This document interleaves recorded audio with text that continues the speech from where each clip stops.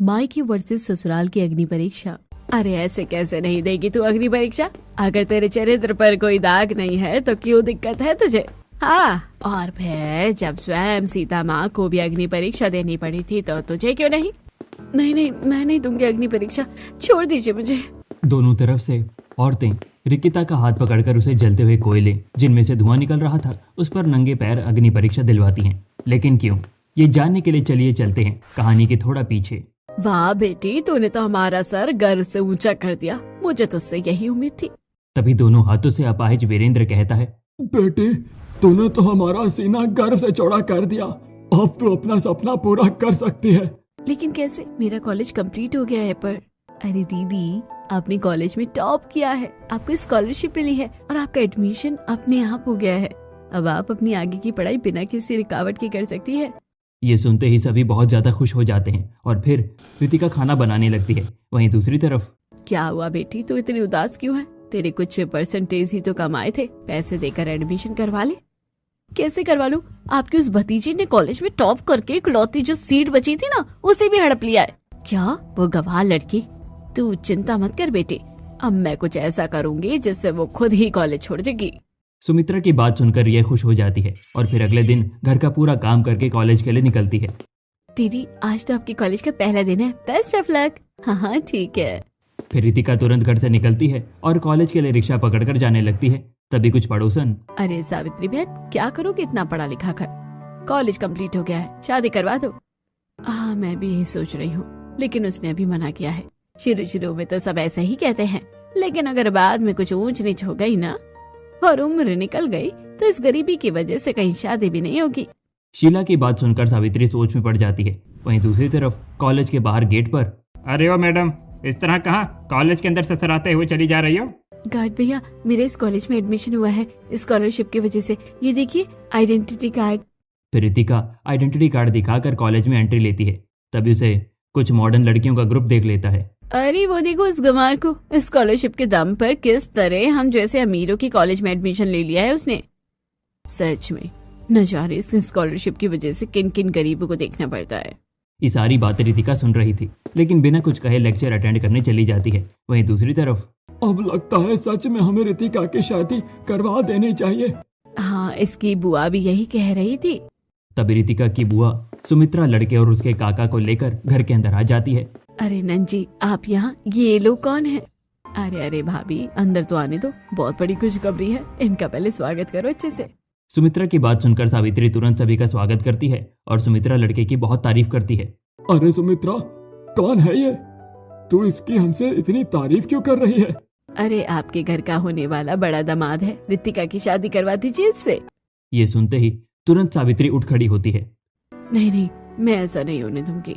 इस बूढ़े जैसे दिखने वाले लड़के से मैं अपनी बेटी की शादी नहीं करवाऊंगी। ये आपको बूढ़ा जैसा कहाँ से दिख रहा है? यही कोई 30-32 साल का होगा और फिर सरकारी नौकरी है, करोड़पति बाप का इकलौता बेटा है, राज करेगी आपकी बेटी वहाँ। तभी वहाँ रितिका आती है। बुआ, ये सब क्या है? मैं अभी शादी नहीं करूंगी, मुझे अपने परिवार वालों की जिम्मेदारियां उठानी है। इस तरह मैं अपनी माँ को घर घर झाड़ू पोछा करते हुए नहीं देख सकती। परिवार वालों की जिम्मेदारियां उठानी है या कहीं बाहर तेरा चक्कर चल रहा है? इतनी बड़ी हो गई है, तू शादी करेगी तभी तो तेरी छोटी बहन की शादी होगी। हमारी शादी की चिंता आप मत कीजिए बुआ जी, वरना आपके कुछ सफेद बाल भी झड़ जाएंगे। सुमित्रा जी, आपकी वजह से मेरी इतनी बेइज्जती हुई है, मैं आपको छोड़ूंगा नहीं। इतना कहकर राकेश वहाँ से चला जाता है और सुमित्रा भी घर से बाहर निकलती है। इस लड़की की वजह से आज उन लोगों के सामने मेरी बेइज्जती हुई है। अब मैं कुछ ऐसा करूंगी जिससे इस लड़की की चारों तरफ थू-थू हो जाए। ये सोचकर सुमित्रा वहाँ से चली जाती है। परेशानियों का सामना करते हुए रितिका अपनी पढ़ाई पर फोकस करती है। फिर एक दिन, दीदी, आप ये फटे हुए कपड़े पहनकर कहाँ जा रही हो? मेरे सारे अच्छे कपड़े भीगे हुए हैं इस वजह से, और मेरा आज कॉलेज जाना है, बहुत जरूरी है, आज एडमिट कार्ड मिलेगा। इतना कहकर रितिका फटे पुराने कपड़े ही पहनकर कॉलेज पैदल जाने लगती है कि तभी रास्ते में, और रानी चलती है क्या? मुझे जाने दीजिए। अरे डर क्यों रही है? चल चल, तेरे ये फटे हुए कपड़े सिल दूं। रोहित रितिका का रास्ता रोककर उसे छेड़ने लगता है। अरे क्या हुआ, इधर उधर कहाँ जा रही है? चल मेरे साथ, दोबारा ये फटे कपड़े पहनने की जरूरत ही नहीं पड़ेगी। रितिका रोहित से बचकर आगे बढ़ती है कि तभी रोहित की बाइक के हुक में रितिका का कपड़ा फंस जाता है और वो गिर जाती है। तभी रोहित भी उसके ऊपर गिरता है। ये क्या बदतमीजी है, मैं तुम्हें छोड़ूंगी नहीं। रितिका तुरंत जमीन से उठती है और रोहित को खींचकर एक चांटा लगाती है, जिसे रोहित वहां से भाग जाता है। हे भगवान, जमीन पर गिरने की वजह से चोट लग गई, ऊपर से कपड़े भी फट गए। अब इस हालत में कॉलेज भी नहीं जा सकती। ये सोचकर रितिका तुरंत वापस घर के लिए निकलती है। वहीं दूसरी तरफ घर के बाहर, अरे मैं तो पहले ही कह रही थी, जरूर बाहर कहीं चक्कर चल रहा है, तभी तो शादी नहीं करना चाहती थी। हाँ और नहीं तो क्या, आज ही रिक्शा स्टैंड के पास एक लड़के की बाहों में गिरी पड़ी थी। नहीं, ऐसा नहीं हो सकता, मुझे मेरी बेटी पर पूरा भरोसा है। अच्छा, विश्वास नहीं होता ना, तो ये देखो फोटो। सुमित्रा सभी को रोहित की बाहों में गिरी रितिका का फोटो दिखाती है। तभी वहां रितिका आती है। लो आ गई महारानी, अपना मुंह काला करवा कर। आप सब ये क्या कह रहे हैं, मैं तो कॉलेज गई थी। अच्छा, कौन सा कॉलेज? आज तो कॉलेज की छुट्टी है, सुबह सुबह ही मैसेज आया फोन पर। क्या छुट्टी? अब हैरान होने का झूठा नाटक मत कर। कॉलेज का बहाना बनाकर अपने आशिक के साथ घूमने गई थी, तेरी हालत देखकर ही पता चल रहा है। नहीं, ऐसा नहीं है। तुझ जैसी गरीब परिवार को सोसाइटी में रखकर पहले से ही हमारी सोसाइटी की रेपुटेशन खराब है। अब तुझ जैसी कलंकनी को हम इस सोसाइटी में नहीं रहने देंगे। और अगर तू सच कह रही है तो इसे साबित करके दिखा। जैसे सीता माँ ने अग्नि परीक्षा दी थी, वैसे ही तू अग्नि परीक्षा देकर दिखा। क्या अग्नि परीक्षा? ये मेरी बेटी कैसे देगी? तभी सुमित्रा रितिका का हाथ पकड़ती है और घसीटते हुए उसे मंदिर के बाहर ले जाती है और जलते हुए कोयले बिछा देती है। नहीं नहीं, मैं इस कोयले पर नहीं चलूंगी। तुझे अग्नि परीक्षा देनी पड़ेगी, वरना हम तुझे और तेरे घर वालों को धक्के मारकर इस सोसाइटी से बाहर निकाल देंगे। हे भगवान, अब मैं क्या करूं? क्या ये अग्नि परीक्षा दूं या फिर अपने परिवार को बेघर होता हुआ देखूं? नहीं, मैं ऐसा नहीं होने दे सकती। ये सोचकर रितिका अपने परिवार वालों के लिए खुद अग्नि परीक्षा देने को तैयार होती है और एक एक कदम आगे बढ़ती है। नहीं, भगवान। रितिका की दर्द भरी चीखें सुनकर मंदिर में आए नितिन की नजर रितिका पर पड़ती है। ये तो रितिका है जिसे मैं बहुत ज्यादा प्यार करता हूँ। मैं उसे इस तरह नंगे पैर कोयले पर चलते हुए नहीं देख सकता। उसके परिवार वाले खुद उसकी अग्नि परीक्षा ले रहे हैं, तो क्या कहकर उसे रोकेगा? नहीं, मैं इस तरह ये नहीं देख सकता, मुझे जल्दी कुछ करना होगा। वहीं दूसरी तरफ रितिका कोयले के ऊपर से चलकर मंदिर पहुंचती है, जिससे उसके पूरे पैरों में छाले पड़ जाते हैं और वो जमीन पर गिर पड़ती है। हे भगवान, इसने तो अग्नि परीक्षा दे दी। मुझे तो लगा था कि ये अग्नि परीक्षा नहीं देगी और फिर मैं इसकी शादी राकेश के साथ करवा दूंगी। इसने अग्नि परीक्षा दे ही दी है, अब ये इस सोसाइटी में रह सकती है। सभी वहां से चले जाते हैं और रितिका के परिवार वाले उसे घर लेकर आते हैं और बिस्तर पर लेटाते हैं। बेटी, तो मुझे माफ कर दे, वहाँ मौजूद होने के बावजूद भी मैं कुछ नहीं कर पाई। हाँ बेटे, तुझे हमारे सामने इस तरह अग्नि परीक्षा देनी पड़ी, हमें माफ कर दे। दीदी, आपके पैरों में तो बड़े बड़े छाले पड़ गए हैं, दीजिए मैं दवा लगा देती हूँ। फिर श्रेया तुरंत रितिका के पैरों में मलहम लगाने लगती है। माँ से बेटी, तू हिम्मत मत हार, मैं हूं ना तेरे साथ। दीदी, मलहम लग गया है, अब आप थोड़ा आराम कर लीजिए। फिर सावित्री रितिका को कंबल ओढ़ाती है और फिर रितिका कराहते हुए सो जाती है। वहीं दूसरी तरफ बिल्कुल। वैसे भैया, आप आज इतने चुप कैसे हैं? नहीं, कुछ नहीं।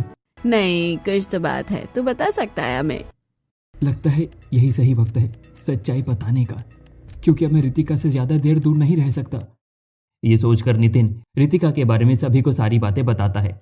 क्या सच में उस लड़की ने इस कलयुग में भी कोयलों पर चलकर अग्नि परीक्षा दी है? फिर तो तेरी पसंद बहुत अच्छी है, उस लड़के के अंदर अद्भुत सहनशीलता है। हाँ पापा, और मैं उसे बहुत प्यार करता हूँ, मैं उसी से शादी करना चाहता हूँ। उसके अलावा मैं किसी से भी शादी नहीं करूँगा। लेकिन ऐसे कैसे मैं किसी भी लड़की को हमारे पूर्वजों की पूरी जायदाद सौंप दूं? नहीं, ये शादी नहीं हो सकती। इतना कहकर प्रभाती देवी कमरे में चली जाती है और मुकेश उनके पीछे पीछे जाता है। माँ, भले ही ये लव मैरिज हो, लेकिन जो लड़की अपने माँ बाप के लिए इस कलयुग में भी अग्नि परीक्षा दे सकती है, सोचो वो कितनी समझदार और सहनशीलता से भरी होगी। एक काम करती हूँ, शादी के लिए हाँ कर देती हूँ और फिर धीरे धीरे उस लड़की को परख लूंगी। ये सोचकर प्रभावती नितिन को शादी के लिए सहमति दे देती है और अगले ही दिन पूरा परिवार रिश्ता लेकर पहुंचता है। अरे आप लोग कौन हैं? हम आपकी बेटी के लिए अपने बेटे नितिन का रिश्ता लेकर आए हैं। इस तरह अचानक? हाँ, हम और ज्यादा देर नहीं करना चाहते थे। नितिन आपके बेटे से बहुत सालों से प्यार करता है, बस उसे कभी बोलने की हिम्मत नहीं हुई। लेकिन मैं अभी शादी नहीं करूंगी। देख बेटी, अब तो इनकार मत कर, पहले ही बहुत कुछ हो गया है, हम और ये सब नहीं झेल सकते। तेरे बाद श्रेया की भी शादी करवानी है। सावित्री की बात सुनकर रितिका मायूस होकर हाँ कर देती है और इस तरह दोनों परिवारों की आपसी सहमति से रिश्ता तय हो जाता है। फिर कुछ दिनों बाद, हे भगवान, क्या सच में यही कलयुग है? जिन अपनों के लिए मैंने अग्नि परीक्षा तक दे दी, उन्हें अभी भी मुझ पर विश्वास नहीं है। क्या कभी मेरे ससुराल वालों को मुझ पर विश्वास होगा? अब इसी तरह दिन बीतते हैं और फिर शादी के दिन अब वर और वधू फेरों के लिए खड़े हो जाए। नितिन खड़ा होता है और रितिका भी लड़खड़ाते हुए खड़ी होती है। अरे संभल कर रितिका, तुम ठीक तो हो ना? नहीं नहीं, कुछ नहीं, बस ऐसे ही। फिर रितिका नितिन के साथ लड़खड़ाते हुए छाले वाले पैरों से ही फेरे लेती है। मुझे पता है रितिका, तुम्हारे पैरों में छाले हैं उस अग्नि परीक्षा की वजह से, लेकिन मैं अभी कुछ नहीं कर सकता, मुझे माफ कर दो। फिर इस तरह शादी की रस्में खत्म होती हैं और रितिका की विदाई के बाद वो नितिन के साथ अपने ससुराल पहुंचती है। और फिर गृह प्रवेश के वक्त, बहू, अब अपने दाहिने पैर से इस कलश को गिराकर घर में गृह प्रवेश करो। फिर रितिका तुरंत कलश गिराकर जैसे ही अपना दाहिना पैर आगे बढ़ाती है कि तभी, रुक जाओ बहू, पहले इस आलते के थाल में पैर रखो और फिर घर में एक लक्ष्मी की तरह गृह प्रवेश करो। अरे हाँ, मैं तो भूल ही गई थी। बहू, संभल कर करना ये रस्म। जी मम्मी जी। फिर रितिका आलते की थाल में जैसे ही अपना पैर रखती है, फिर रितिका थाल में अपने दोनों पैर रखकर घर में गृह प्रवेश करती है और अपने पैरों के निशान छोड़ती है कि हमारे घर में स्वयं लक्ष्मी माँ आई हैं अपने पैरों से गृह प्रवेश करके। अब तो हम भाभी को कभी नहीं भूल सकते। रितिका शर्मा जाती है और तभी, भाभी अब थक गई होगी, चलिए आपके कमरे में मैं छोड़ देती हूँ। फिर कीर्ति रितिका को उसके कमरे तक छोड़ती है और फिर वहां से चली जाती है। रितिका, बहुत रात हो गई है, चलो हम सब सो जाते हैं। हाँ ठीक है। फिर रितिका जैसे ही अपने पैर उठाती है तभी उसके पैरों से बहुत रफ्तार से खून बहने लगता है। रितिका, तुम्हारे पैरों का ये अलता अभी तक चौं क्यों रहा है? एक बार अपने पैर दिखाओ जरा। नहीं नहीं, इसकी कोई जरूरत नहीं है, ये तो बस ऐसे ही। नितिन रितिका की बात नहीं सुनता और रितिका के सामने जमीन पर बैठकर उसके पैर देखता है। ये तो खून है, लेकिन इस तरह अचानक खून कैसे? और तुमने मुझे बताया क्यों नहीं? रुको, मैं अभी तुम्हें दवाई लगाता हूँ। नितिन तुरंत दवाई लेकर आता है और घुटने के बल पर बैठकर रितिका का पैर अपने घुटनों पर रखकर दवाई लगाना शुरू करता है। मैं जानता हूँ तुम्हें बहुत दर्द हो रहा है, लेकिन तुम चिंता मत करो, मैं आराम से लगाता हूँ। मलहम लगाते वक्त नितिन रितिका के पैरों पर फूंक भी मारता है और फिर अच्छे से मलहम लगाकर रितिका को सुला देता है। अब इसी तरह अगले दिन, ये क्या, बहू ने कल इसी थाल में अपने पैर रखकर गृह प्रवेश किया था? बहू के गृह प्रवेश के थाल में ये कांच के टुकड़े किसने डाले? अच्छा, तो कल रितिका के पैरों से इसी वजह से खून गिर रहा था। रितिका, तुमने मुझे कल बताया क्यों नहीं? सब लोग बहुत खुश थे और मैं उनकी खुशियों पर पानी नहीं फेरना चाहती थी। लेकिन सोचने वाली बात यह है कि आखिरकार भाभी के साथ ऐसा किसी ने क्यों किया? इस बारे में मैं जरूर पता लगा कर रहूंगा। इसके बाद सभी पूजा करते हैं और फिर रितिका रसोई में पहुंचती है। भाभी, आपके पैरों में छाले हुए हैं, ऊपर से कांच की वजह से खून बह रहा है। आप किचन में क्यों आई? आज मेरी पहली रसोई है, इस वजह से। और फिर इन सारी चीजों की तो मुझे आदत सी हो गई है। लेकिन भाभी, अगर वो अपनी पहली रसोई की रस्म पूरा करना चाहती है तो तुम लोगों को क्या दिक्कत है? लेकिन आज ही बहू की पहली रसोई होगी। बहू के पैर में चोट लगी है, हाथों में नहीं। वो हाथों से खाना बना सकती है। अच्छा ठीक है भाभी, चलिए हम आपकी मदद करवा देते हैं। फिर रितिका सबकी मदद से अपनी पहली रसोई की रस्म पूरी करती है और सभी को एक से बढ़कर एक पकवान खिलाती है। वाह भाभी, आपने क्या लाजवाब खाना बनाया है। हाँ बहू, ऐसा लगता है जैसे तो पिछले जन्म में अन्नपूर्णा थी। हाँ, वो इतना अच्छा खाना तो मैं भी नहीं बनाती। सच में तूने तो कमाल ही कर दिया। इस तरह सभी तारीफ करते हुए खाना खाते हैं और फिर रितिका को गिफ्ट देते हैं। कुछ दिन बीतते हैं, रितिका घर पर ही आराम करती है और फिर जब उसके पैर ठीक हो जाते हैं। अरे आ गया बेटा तू? हाँ माँ, आज ऑफिस में काम कम था। अरे वो तो बहुत अच्छी बात है। और फिर आज आप और भाभी मूवी देखने चले जाइए। अरे लेकिन इसकी क्या जरूरत है? अरे क्यों नहीं, शादी के बाद आप लोग हनीमून पर भी नहीं गए थे क्योंकि आपके पैरों पर छाले थे। आप मूवी देखने तो जा ही सकते हो ना। हाँ रितिका, चलो हम मूवी देखने चलते हैं। इसके बाद रितिका और नितिन मूवी देखने थिएटर में पहुंचते हैं और मजे से मूवी देखने लगते हैं। मैंने तो आज तक कभी मूवी थिएटर ही नहीं देखा। सच में मूवी थिएटर तो बहुत बड़ा होता है। अरे लेकिन वो क्यों? मेरे मायके के बारे में तो आप जानते ही हैं। खाने का इंतजाम माँ इतनी मुश्किल से करती है तो हम मूवी कैसे देखते? कोई बात नहीं, तुमने अपने मायके की गरीबी की वजह से जो कुछ भी एंजॉय नहीं कर पाई हो ना, मैं तुम्हें वादा करता हूँ तुम अपने ससुराल में जरूर एंजॉय कर पाओगी। इसके बाद नितिन और रितिका मूवी देखकर देर रात लौटते हैं। फिर अगले दिन, लो आ गई आशा जी की गरीब बहू। इतने अमीर होने के बावजूद इस गरीब बहू को लाने की क्या ही जरूरत आन पड़ी थी। पड़ोसियों के तानों से रितिका उदास हो जाती है कि तब ये सब देख रही थी आशा। बहू सब्जी बाद में ले लेना, तू अभी ऊपर आ। जी मम्मी जी अभी आई। रितिका तुरंत आशा के कमरे में जाती है। बहू तू उस आस पड़ोस के लोगों की बातें सुनकर बुरा मत माना, उनका तो काम ही है लोगों की खुशियों में जहर घोलना। मम्मी जी मुझे आप लोगों जैसा इतना प्यारा और अच्छा ससुराल मिला है, भला मैं क्यों लोगों की बात दिल पर लगाऊंगी। अब इस तरह धीरे धीरे रितिका अपने ससुराल वालों के साथ घुल मिल जाती है और खुशी खुशी रहने लगती है। फिर एक दिन, आज संडे है और सभी की छुट्टी, एक काम करते हैं पूरा परिवार मिलकर कहीं बाहर चलते हैं। अरे आज सूरज कहाँ से निकला है जब पापा बाहर जाने की बात कर रहे हैं। हाँ वो तो है, लेकिन उससे पहले ये सूरज डूबे, हम इस सूरज का फायदा उठा लेते हैं और बाहर चलते हैं। लेकिन कहाँ? एक काम करते हैं, हम सभी ओपन रेस्टोरेंट चलते हैं। अरे फिर तो मजा आ जाएगा।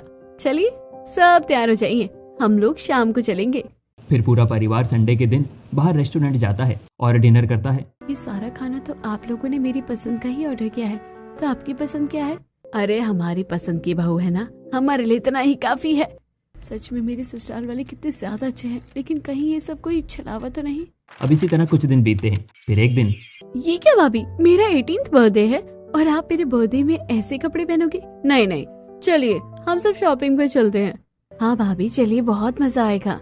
फिर तीनों ननद और भाभी बाहर शॉपिंग पर जाते हैं और मजे से शॉपिंग करने लगते हैं कि तभी रितिका की बुआ फिर देख लेती है।